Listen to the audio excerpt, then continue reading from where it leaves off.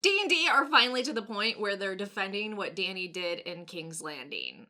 I knew eventually they'd have to come out and talk about the final season because they just need to stroke their egos and how just absolutely amazing they are. So our beautiful little dragon queen went a little crazy towards the end of the final season of Game of Thrones and ended up burning a ton of people in King's Landing. It happens. She then later did a speech to all her army. Hey, we're gonna go around the world and keep doing this and liberate everyone from tyrants. Which, you know, alright. No, wait, that's not alright. So both D&Ds decided to weigh in on how Dany was always going to get to this endpoint and how it was very justified. And I'm gonna start with David Benioff first, just because I usually do, so let's keep with tradition. So David said, "What's interesting about it is that she's been making similar kinds of speeches for a long time, and we've always been rooting for her, and this is kind of the natural outcome of that philosophy and that willingness to go forth and conquer all your enemies." Now, I do agree with him. Dany has been making speeches like that for a really long time and progressively has been getting a bit more sadistic, but when I tried to mention those things when those episodes were airing, people would say things like, well, they talked about raping her, so it's okay that she burned them alive and was smiling in joy as she heard their screams and their flesh melt from their bones. That's just woman power, Roris.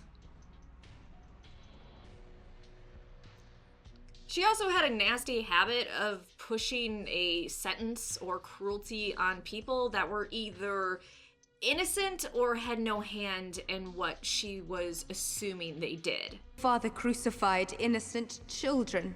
My father spoke out against crucifying those children. He decried it as a criminal act, but was overruled. Is it justice to answer one crime with another? So yeah, her eventually going crazy and feeling like she knows best for everyone was something that would happen eventually. We would see more and more of a buildup if we had more seasons. But oh wait, we didn't. Where they failed is they rushed the end. They were laying seeds of Dany becoming the Mad Queen very well throughout the seasons. It was just a little bit of sprinkle where you're like, yeah, okay, you go girl, but also, ooh, maybe you should calm down a little bit. And so we started to doubt her a little bit more at a time. I offer you a choice. Bend the knee and join me. Together, we will leave the world a better place than we found it. Or refuse. And die. But then at the same time, you can say, oh, well, this is war. It's justified. You gotta do whatever you can to win. Anything we saw in the show, we've done bloodier things in our own world. Minus the dragons, of course. But not the Merlings. Those are real.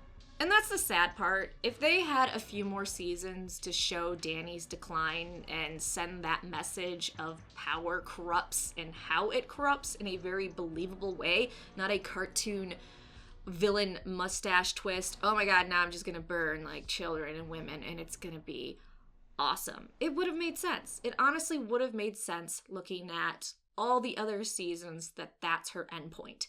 You fucked up the journey. But D.B. Weiss also commented on Dany's turn and her giving the speech and basically is saying this was always who she was, and this was always her endpoint. So on that, D.B. Weiss said, Dany has been above it all, literally, throughout this entire battle. She's fought the whole thing from the air. So when she's in the plaza, all she's seen is her own army's triumph in the city she came to conquer for all the best reasons.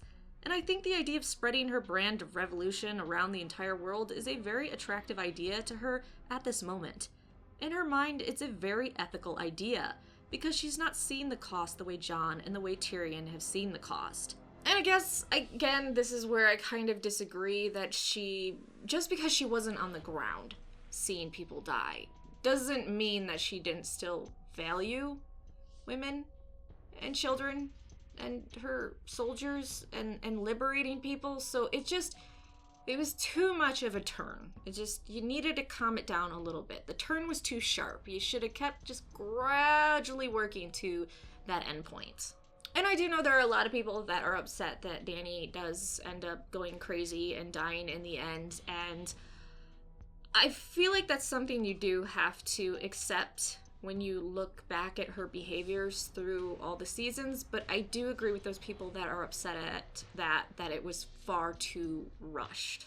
But you can let me know, do you agree with David and Dan? Do you think what they're saying makes complete sense? Do you think it was justified, this was always her end point, or do you disagree and you feel like they just butchered Dany's character?